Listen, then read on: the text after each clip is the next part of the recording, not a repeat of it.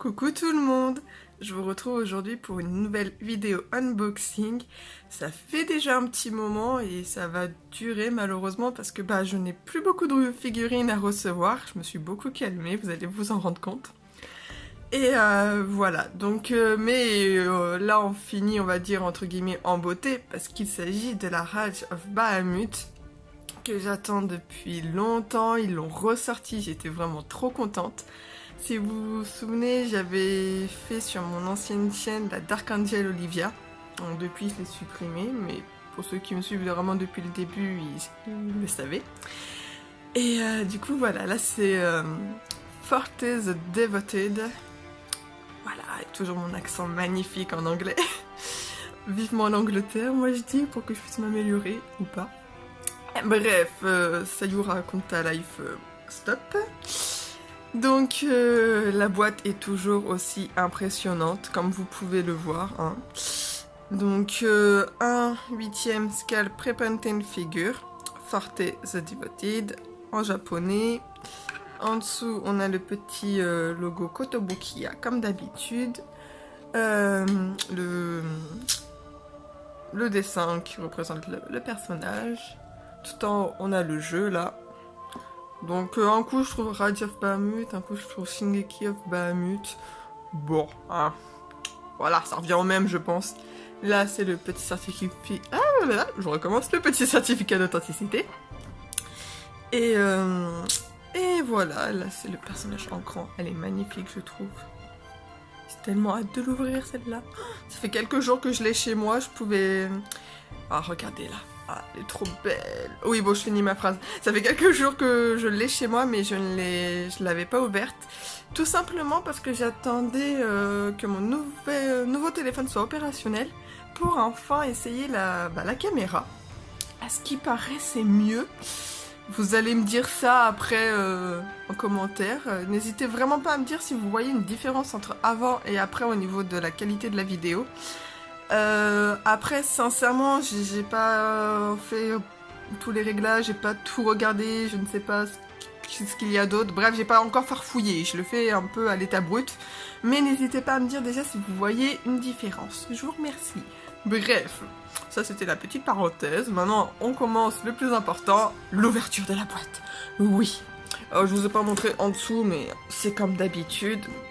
Ah, elle est lourde. Hop. Et voilà, bon je vous la tiens à l'envers mais vous avez compris le principe. Allez, à tout à l'heure. Tadam. Voilà, elle est montée. Je dois dire que ça n'a pas été une tâche trop ardue pour une fois. Parce que elle était déjà montée sur son socle. Merci Kotobukiya de faire ça. Kotobukiya a souvent l'habitude de fixer leurs figurines directement au socle. Il y en a plein qui détestent, moi j'adore cette idée. Au moins on est sûr que ça cassera pas. Donc voilà, elle a pas été longue à monter. La seule chose en fait qu'il fallait faire, c'était de mettre les épées là, au niveau de ses bras. Je vous montre vite fait, il y avait une petite... Je vous ai pas montré en vidéo parce que franchement c'était très simple. Hein. Vous voyez, il y a l'épée, il y a une petite encoche ici, et vous les assemblez. Voilà, il y avait juste ça, à mon avis tout le monde peut y arriver. Pour ça que je l'ai pas montré en vidéo, je pense que ça sert à rien pour le coup. Donc voilà. La figurine, elle est belle, elle est large. Comment je vais faire? Oh, j'adore ses cheveux. Oui, je passe du coq à l'âne.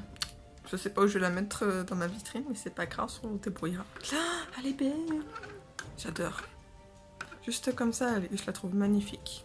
Bon, on va vous faire un petit plan rapproché quand même. On commence par le bas, comme d'habitude. Alors, le bas.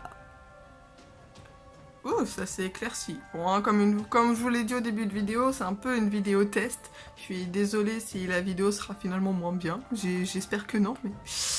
Bref, alors le socle. Je croyais qu'il était tout noir, enfin on m'avait dit qu'il serait tout noir. Au final, non, c'est la galaxie et...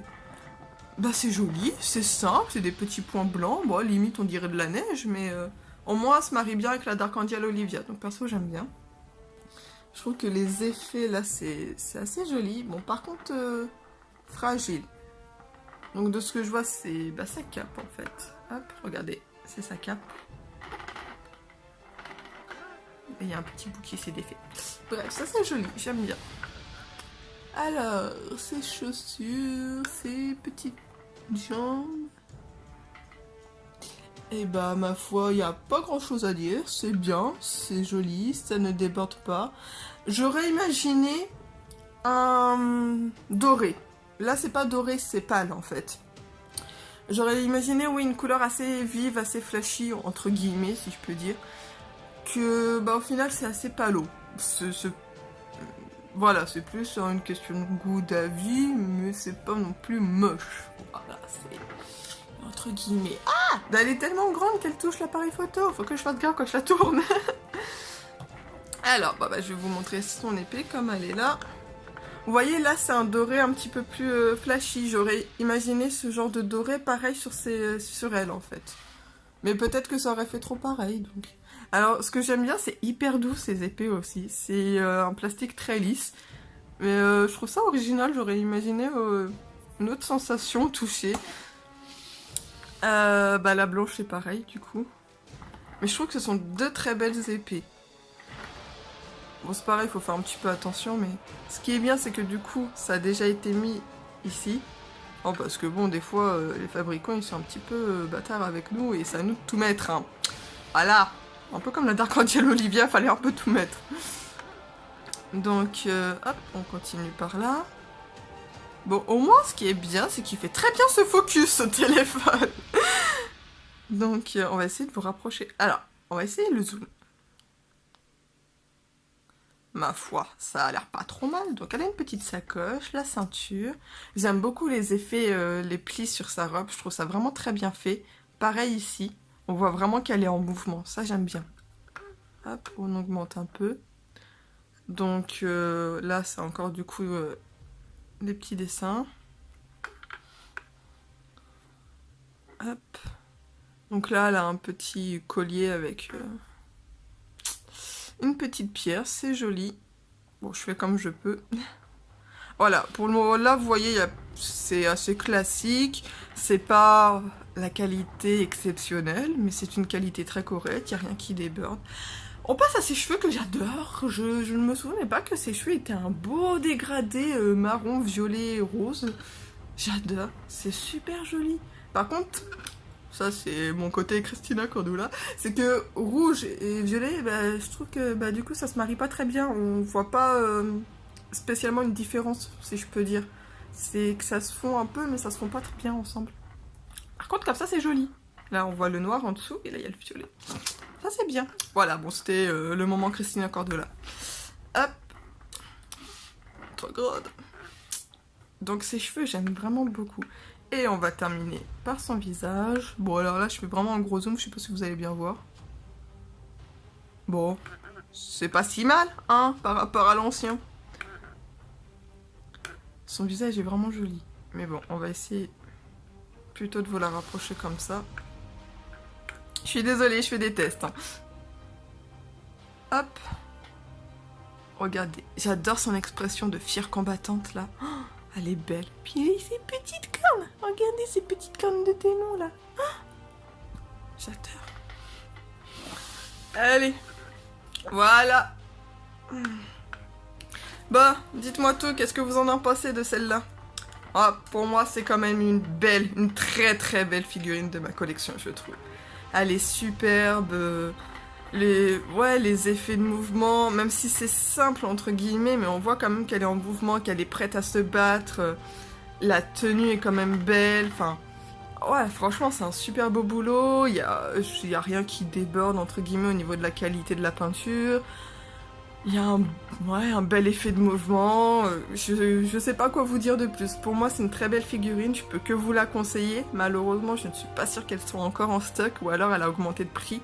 Parce qu'en général, les Shingeki of Bahamut augmentent beaucoup vite le prix.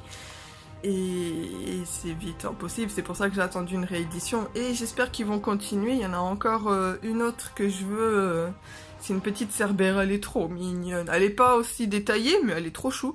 Que j'aimerais beaucoup avoir. J'espère qu'ils la feront aussi, qu'ils la rééditeront. Et puis voilà. Donc... Maharaja of Bahamut, elle est trop belle, je suis très contente.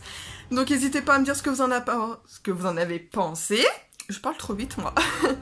Et surtout, n'hésitez pas à me dire, surtout dans la vidéo, au niveau de la qualité, parce que des fois, moi, je me rends pas bien compte. Donc, n'hésitez pas à me dire ce que vous en avez pensé, ce qui va pas, etc. Si c'est pire, si c'est pas pire. Bref, vous avez compris, hein. Et puis, bah, je vous dis à bientôt. Passez une bonne fin de journée, une bonne fin de week-end. Bon, je sais pas quand est-ce que vous regardez la vidéo. Juste profitez bien, amusez-vous bien. Et puis, je vous dis à la prochaine. Bisous!